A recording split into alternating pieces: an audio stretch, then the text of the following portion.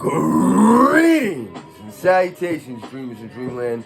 Welcome to the latest edition of Listen to Me. Listen to Me, Volume 60. And let me tell you something right now, dreamers in dreamland, everybody's favorite boxing shaman, yours truly, The Dream.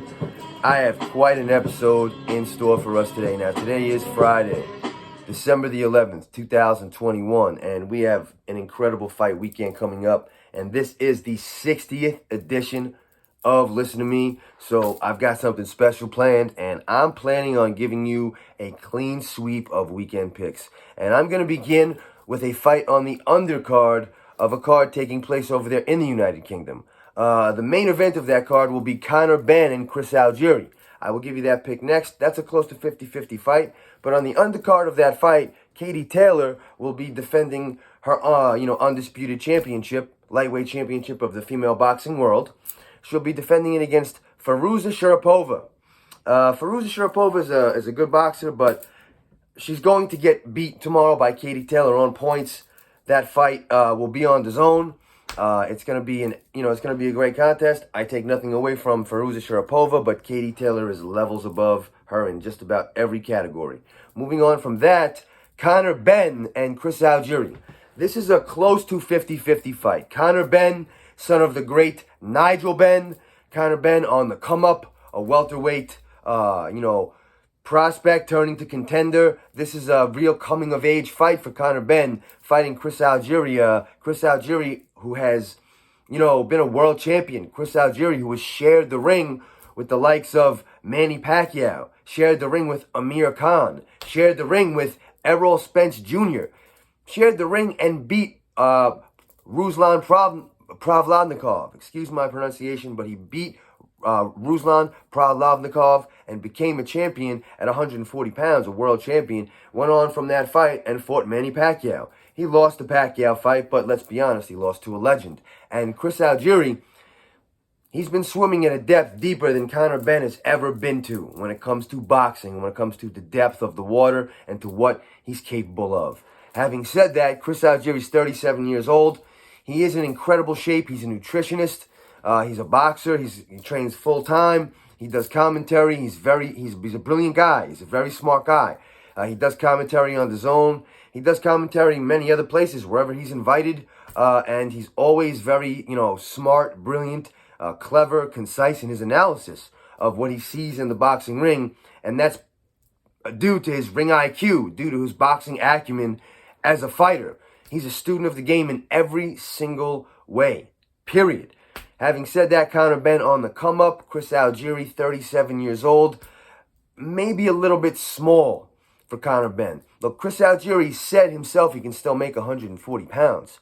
And he won his world title at 140 pounds. At 147 pounds, Chris Algieri, at this point, I don't think he packs the kind of punch to gain the respect of Conor Benn.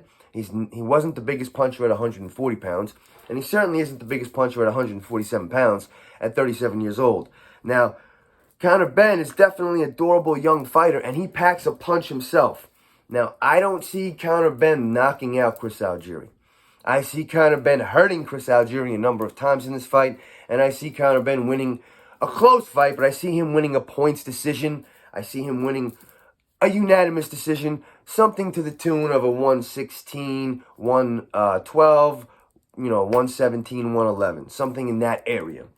8 rounds to 4, Conor Benn. Now, moving on from that, there's also a big fight between Nonito Donaire. It's not really a big fight. Nonito Donaire, anytime he fights the Filipino Flash, it is a big fight. He's a legend. He's a pound-for-pound fighter. He's top 5 on my pound-for-pound and many pound-for-pound lists, in the world. Nonito Donaire is a proven world champion, a proven pound-for-pound fighter. Now, his opponent is unheralded, Raymart Gaballo.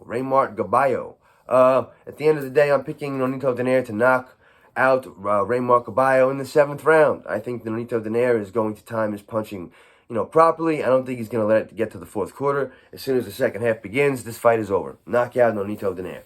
Now, the big one, ESPN, tomorrow night. Vasily Lomachenko, Richie Commey. Richie Commey finally gets a chance to face Vasily Lomachenko. Now, everybody knows who Vasily Lomachenko is, pound-for-pound sweetheart in the past, pound-for-pound king in the past to others. Really, one of the best, one of the smartest boxers in the world, one of the highest ring IQs in boxing, one of the best boxers in the world around his weight, no question. But 135 pounds is not really the weight for Vasily Lomachenko. He's very small for that weight.